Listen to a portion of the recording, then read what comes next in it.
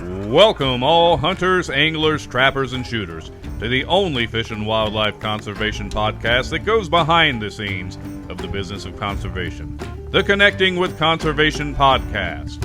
Our podcast is hosted by John Gassett from the Wildlife Management Institute and Jim Curcuruto of the Outdoor Stewards of Conservation Foundation. John and Jim will talk with experts from all sectors of the conservation arena about their passion for conserving the great outdoors. So please welcome our hosts of the Connecting with Conservation podcast, John and Jim. Hello, everyone, and welcome again to another episode of Connecting with Conservation, the only podcast that goes behind the scenes to look at how conservation is funded and paid for in our country. I'm John Gassett with the Wildlife Management Institute, and I'm your co-host for Connecting with Conservation. I'm here with my fellow co-host today, Jim Curcuruto. Jim, it's getting cool now in the mornings, so you know what that means. Getting close to hunting season. It's all around, and unfortunately, I'm stuck inside doing work right now. But fortunately, it's fun work. Right? I mean, the Connecting with Conservation podcast. We've done 50-something episodes, got a lot of great feedback.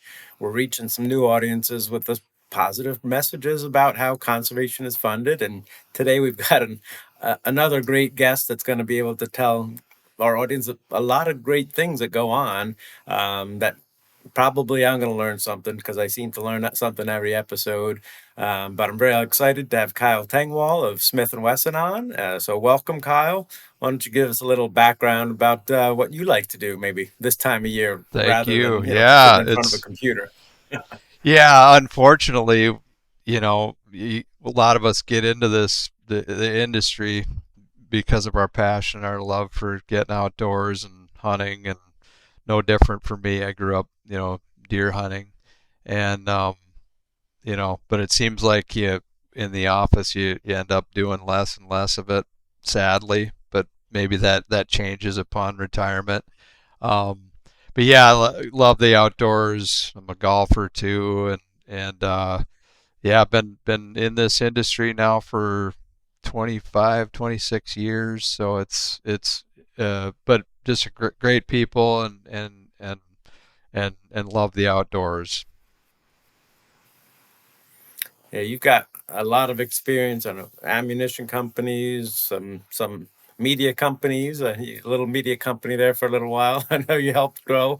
It must have been fun. And now, at one of the biggest firearm manufacturers in the world. So tell us a little bit about what's going on at Smith and Wesson, a little history there. Yeah. Well, yeah, I did. I started at Federal Ammo, which kind of turned into Vista Outdoors and 30-something brands and in the outdoor space, and started that in the late 90s, and ended up finding myself at Duck Commander for a handful of years during the height of the Duck Dynasty, the TV show, which was an incredible experience. My connection there is we launched a brand called Black Cloud, and this was before the family really got famous. They were somewhat famous in the endemic, hunting space, if you will. And so got to be really good friends with them. We had this tagline, "Drop ducks like rain," and it was like we had the thunderstorm in the background, and Phil and Willie with the beards, and so we that's how I got to know them. And when things exploded for them, they kind of needed some people that could take over sort of the company, the industry side of things, while they were writing books and doing speaking tours and all those sorts of things. So I ran their company for 4.5 years, and then just been blessed. Got a chance to now run marketing and corporate strategy for Smith and Wesson. I'm sure a lot of your audience will at least know the brand, but company's been around 173 years. We're the 2027 will be our 175th anniversary as a company. So started, before the electricity and the Civil War, and I just have these visions of horses and buggies, at one point in time, and the company has seen a lot. Matter of fact, we're writing a book on the company history that we'll have ready for the 175th. And so I've been reviewing the chapters, and it's like the second chapter is like the 1860s, and the company or the country, was experiencing the assassination of a president and civil war. And I just think about like what the company has been through, and sort of continued to thrive and be successful. But I think it's just core to Americana, Smith and Wesson. In a lot of ways, our core value is empowering Americans and supporting Second Amendment rights, and supporting our ability to get outdoors and hunt and enjoy what God's created for us. So been in that role for 5 years, and really enjoy it. And I just got to say, I appreciate what you guys do to bring light to sort of what the industry does, and how it's really pretty deeply connected into the conservation model. Like we were talking about before we started here, it's a user generated model, and over the last 5 years we've Smith and Wesson, through the Pittman Robertson Act, is I think responsible for $257 million of conservation funds, essentially through the excise tax system. So we're proud of that. We probably don't do a good job of sharing that with people, to let people understand how important it is that. And it's obvious, and it's not us. It's our customers. It's the people that buy our products. It's the hunting people, the fishermen and women that really drive that. And it's just so important. And I appreciate what you guys are doing to bring that message forward. Educate people and tell that story. So. Well, Kyle, obviously, I think even our listeners who aren't gun owners or hunters or recreational shooters would recognize Smith and Wesson. It's such an iconic brand out there, and we do try to amplify that message that conservation in this country is paid for largely on the backs of the sportsmen and women and the manufacturers of the products they use, and almost $1 billion a year in excise tax every year on these products comes back to state fish and wildlife agencies to manage wildlife and fisheries populations.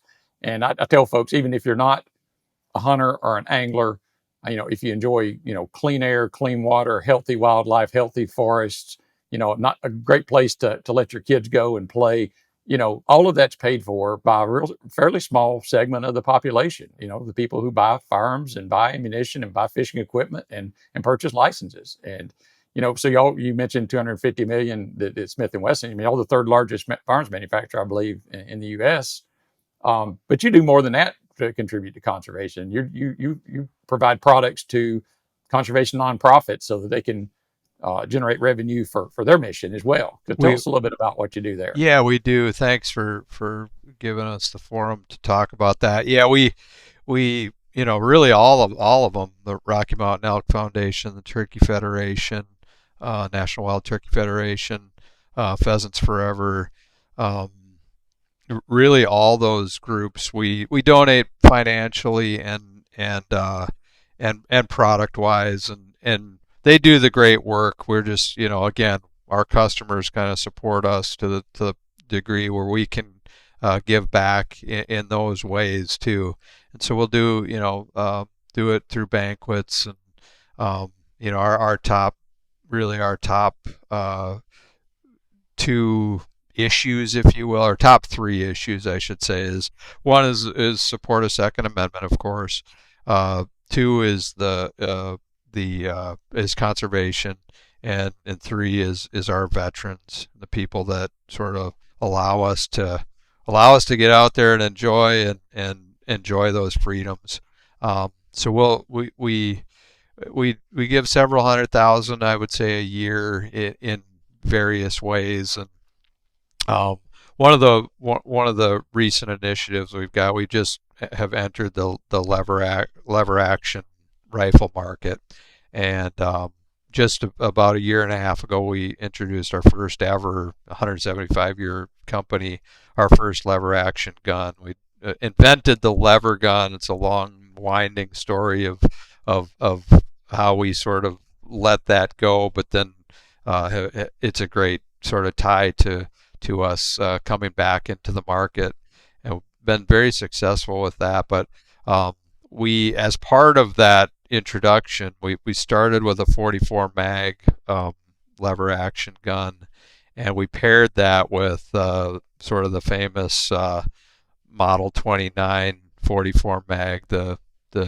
Dirty Harry, make my day. But what we did was we created just 100 paired sets. It's gold inlay engraved each gun, and it comes in a display case, and those have been fetching upwards of $50,000 just because we're only making 100 of them ever. And I would like to just sort of publicly say we're going to give one to you guys and all the good work you're doing, and hopefully we can raise some money to for outdoor stewards of conservation and what you guys are doing. We certainly appreciate that. But yeah, we do that in many ways, and try not to take too much credit, because again, it's you guys and the hard work that's done by the different groups that really makes the difference. Wow. Yeah, that's exciting. I appreciate that for sure. Beautiful combination that you have there, and I know it's helped out to big dollars to a lot of other nonprofit organizations out there that do great on the ground work with it. But man, I don't know if you're still in the process of writing that book, but I would love to see a little nod to Smith and Wesson being like an originator of paying the excise tax back in the 1930s. I mean, there's I don't think there's too many companies that can say that nowadays, especially with all the changes in ownership, all that, this, that, the other thing. So again, paying an excise tax for 85 years, and it's a big chunk. Like you said, $250 million it goes a long way. That money gets filtered down to state wildlife agencies, and they do all that great on the ground work, teaching hunter education, buying land, 36 million acres of access bought by, money paid for by Smith and Wesson, paid for by hunters that every American can use, go out there and hike, use it for photography and all sorts of great uses. But that's definitely something we got to tell those stories to, and why we started connecting with conservation. But, don't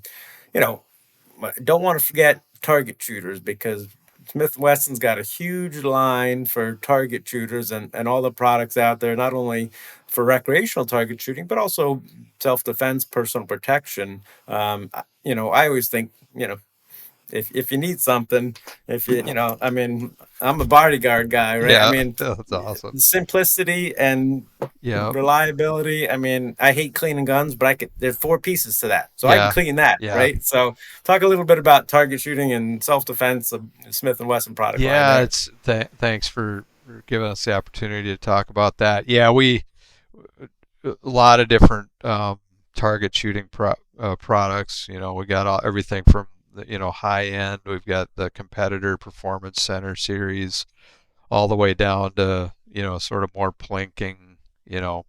Our Sport 1522.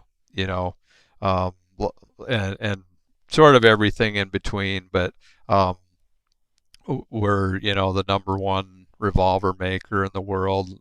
Probably a lot of people equate Smith and Wesson to that, but we also make a ton of different products on the target shooting side, and for, of course, our law enforcement.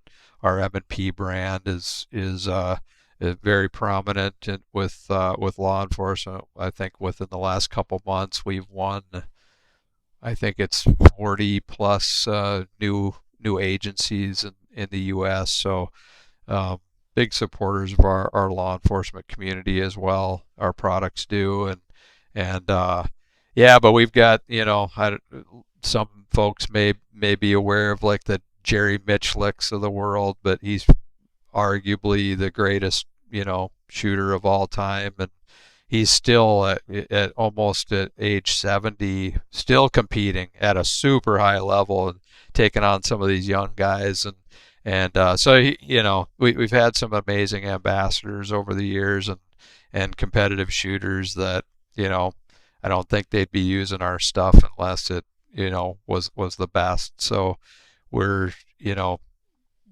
we're biased, but we think we've got some pretty good products that people can rely on. Yeah, well, I think it's a testament. I was going to bring that up. It's a testament to the quality and the dependability of those firearms that I know at Kentucky we had. When I first started there, everyone carried 45 semi-autos and Smith and Wesson made, and then we transitioned to 40 cals, the Shield after that, or the M&P after that. I'm sorry. It everywhere I go now. I don't deal with general police departments very much, but all the conservation law enforcement, most of the time you're going to see Smith and Wessons on their side. And having been through several rounds of transitioning from one style of firearm to another with an agency, that's a pretty intensive test to pass to get to be selected. Because they got to perform every time, or somebody's going to get hurt.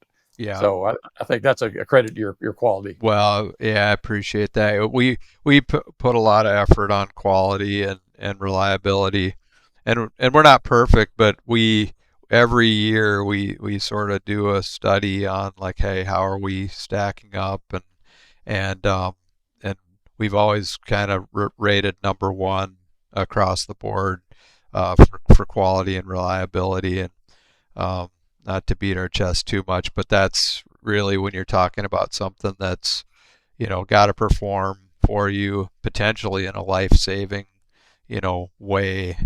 We can't we'd love to have zero failures, and so it's that's kind of core to who we are. And when our drop tests are higher than sort of the SAMI industry standards, are the number of rounds we put through our guns is higher, for reliability, and all those sort of add up to quality, reliability, and trust. And again, we're pretty proud of those, all of those things. Yeah, and I know target shooters, when you buy a gun for personal protection, target shooting, you're paying into conservation, but you're also paying into range development. State wildlife agencies use that money. I think there's about 700 ranges across the 50 states that have either been built in full or in part by money from that. So it goes back and gives folks the opportunity to participate. And there's a lot of people participating in target shooting, over 50 million people annually. But there's a lot of people that want to get started. And this was always a pet peeve of mine. It did a lot of research about, everybody's like, yeah, I want to start.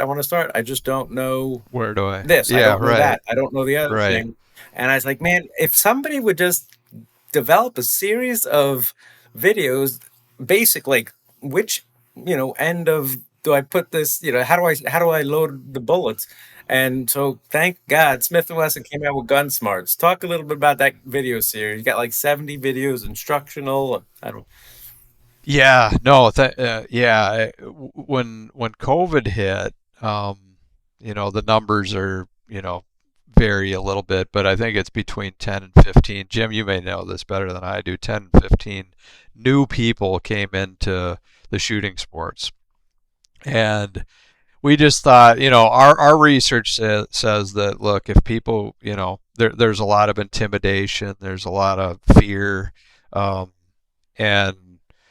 some of that's been driven by pop culture, and some of that's come from various corners, but we haven't always done the best job of welcoming people in and sort of knocking down those barriers and getting people comfortable.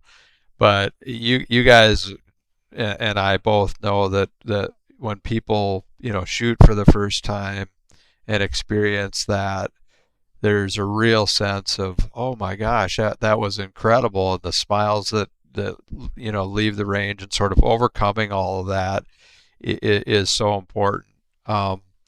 And so, yeah, we developed the series of videos. Really, it was geared toward those new people. We found that if people got sort of past those initial hurdles and fears, and then further to that, become proficient, then their likelihood to join a range, join a community, and sort of be lifelong, selfishly for us, lifelong customers, but also proficient and safe and responsible gun owners.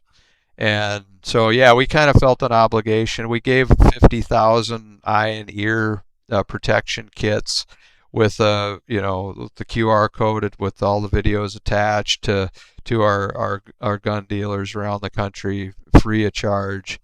But it was the idea was to create responsible, safe ownership. But really beyond that, join the community, hone a skill, learn.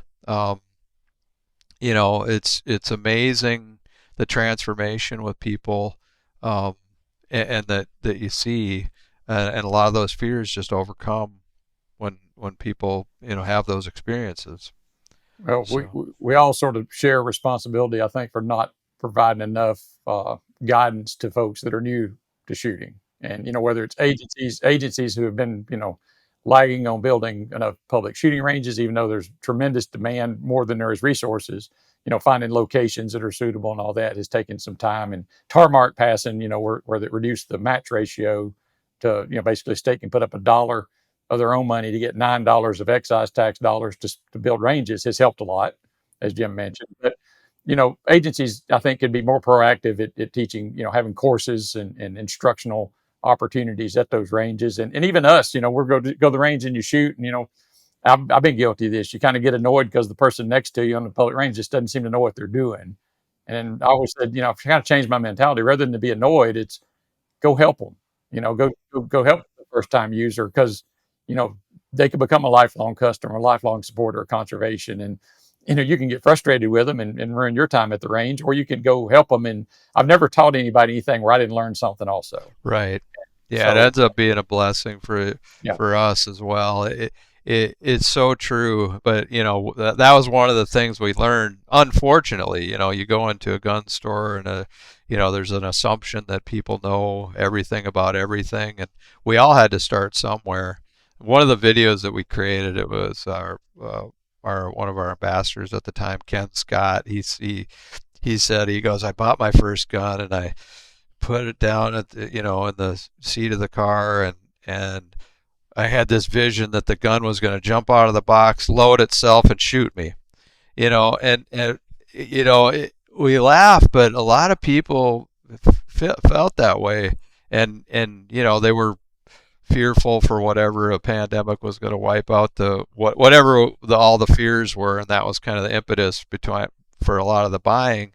But then when people experienced had positive experiences, boy, it just kind of opens up a whole new world. But yeah, I think if we could do a little bit more to help, and we've worked with different state agencies to on education and supplying guns here and there, but really, like, hey, can we help you develop some curriculum? And we just launched a Smith and Wesson Academy here, so we're going to be offering, or as of now, you can go on and sign up for classes. We've got Mark Cocciolo, who was a Navy SEAL Team 6 guy. He ended up retiring, but then came back and redeveloped the firearm curriculum for buds training. But he is, a lot of people, oh gosh, train with a guy like that, it's intimidating. But he's got such a great style about him, and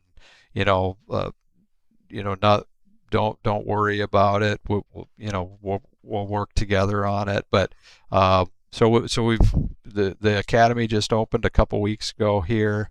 Had a big celebration here with a bunch of the Tennessee delegates that have helped, been so welcoming to us, and launched a training academy. So that'll be available to law enforcement, but it will also be available to civilians to come in and take classes on pistols and rifles. And we even have a very basic fundamental, Jim, to your point, which end of the gun do I put the bullets in, and how do I load a magazine, and how do I rack this thing, and just the basics all the way up to more advanced learning. So we're pretty proud of that. And, we just feel like we got to go beyond selling a gun. Like, how can we help people? How can we nurture them? And that goes all the way down to the ground of conservation. So how do we create, better, better water and air and woods and opportunities and wildlife. And so we're all in on that. Yeah, so it strikes me that having a SEAL involved in training, firearms training is that's pretty special. I mean, I understand people be intimidated, but that's like having Tom Brady give you quarterback lessons. It is. Matter of fact, they'll learn how teaching you how to drive a car. I mean, it's the best of the best. Yeah, 100%. Matter of fact, I'm like, hey, coach, we call him coach, and is such a great, his name's so fitting. But I said, could I spend a few minutes with you, and you could, hone skills. We've got a lot of experienced shooters and gun owners here, and people are learning from him, and it's great. Yeah, and it is. You're 100% right. It's like you really have an opportunity to learn, from the best. And quite honestly, the newer you are, probably the better, because you don't have ingrained bad habits, and like me, and you can really learn something. Yeah, well, to the listeners and viewers out there, if you're an active participant, to what Kyle was saying, you want to introduce somebody, say, come with me, because they're going to turn around and smile every single time. And it's cool, like whether they're 14 or 84, you're going to get the same reaction. Turn around and smile. It makes you feel good about it too. So teaching somebody that new skill, on Smith and Wesson's website, you also have a spot where you can find places to go shooting. There's information on rules and regulations there. Lots of great information. Trying to make it easy. Smith and Wesson does a great job of providing that information. But I just want to go back to hunting. Smith and Wesson might not be the number one known for hunting, but that lever action and 30-30, just come out with a walnut stock on it. You've got the AR platform that a lot of people are using for hunting, varmint hunting, big game hunting. And John is a handgun hunter. I never was, but you got plenty of lines and options for hunters as well. Yeah, we do. And we're growing in that area. Yeah, you're right. A lot of my buddies, a couple of our influencers, have been using our M&P 10 to hunt deer the last couple of years, and they have less just swear by it. And I'm like, there's something there. The recoil is pretty low, and follow-up shots are a little bit easier at times. And anyway, there's definitely some advantages to that. But yeah, but big bore, we obviously make the largest caliber handgun in the world. That's the Smith and Wesson 500. I'm probably a little more reluctant on that, just because it can get you, but it's an incredible incredible number of people like John that use our larger bore, our 460 revolvers, are we just the 375 Legend, or 350 Legend, excuse me, came out a couple of years ago. So we've got a lot of options there, and that's a unique kind of fun, different hunting experience. And then, like you mentioned, the lever guns is fairly new for us, but we've gained a really good foothold there. And yeah, we've got 44 mag. We just introduced the 30-30. You have 45-70 now on the line, so we've really completed that whole line. Have a good caliber selection there.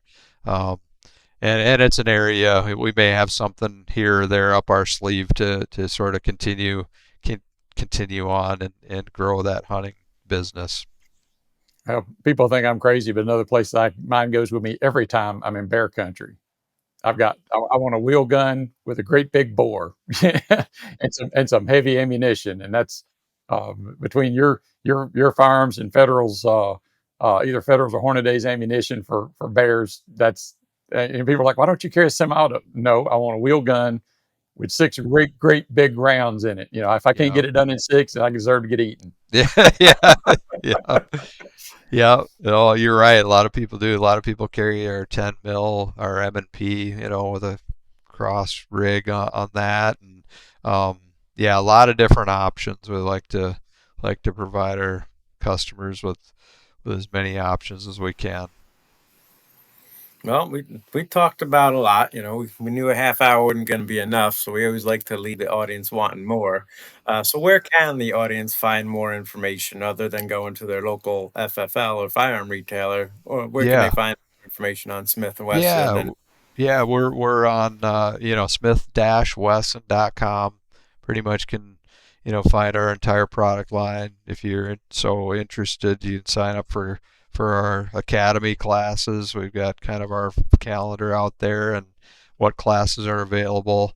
We're now selling, kind of have an e-com section of the site that sells aftermarket. If you need an extra mag or want to buy a Smith and Wesson gear, hats, t-shirts, that sort of thing, we've got that.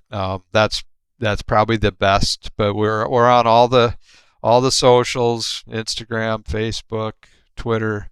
Would love to have people follow us and see what we're up to. But I sure appreciate you guys and the time today, and we sure appreciate what you do for us. all right.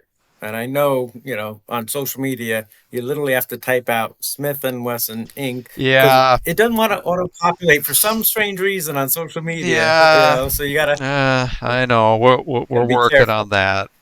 Yeah, yeah. We maybe a couple more hoops for us, but we're working on that. But yeah, we actually have pretty big followings on all those platforms. I think we over the course of a year, have somewhere over 1 billion overall impressions, and millions in sort of each category that follow us. So it's a testament to the brand, and people love their firearms, and they love Smith and Wesson. Cool. Well, Kyle, thanks for coming on, joining us today. It's been enlightening as always. Jim started off the show saying he always learns something. So we have this joke between two of us. He always learns something, and I always buy something. Yeah. So I'm going broke. He's getting smarter, and I'm going broke buying products. But that's okay. I don't think you can have too many firearms. So. Well, however I can help you, I think you know where to find me. So. Yep, yes, sir. Well, we appreciate you coming on. It's been enlightening. Keep doing the good work that you're doing. Thank you for everything you do for conservation. It's a tremendous benefit. Agencies couldn't do the things they do. They couldn't provide the wildlife and fish species out there and the healthy outdoor systems that we have without the contributions of companies like Smith & Wesson. So we appreciate that. Thanks for coming on today. To our listeners, thanks for listening. If you like this podcast, please click the like button. Subscribe if you would as well. That way you'll get notices when our next ones drop. Other than that, we'll see you in the woods or on the water. Have a good day. Thanks for listening to this episode of the Connecting with Conservation podcast. Please do us a favor and tell your buddies, friends, family, and others about what you've learned here today. If you like what you heard, come on back anytime and listen to another episode of the Connecting with Conservation podcast.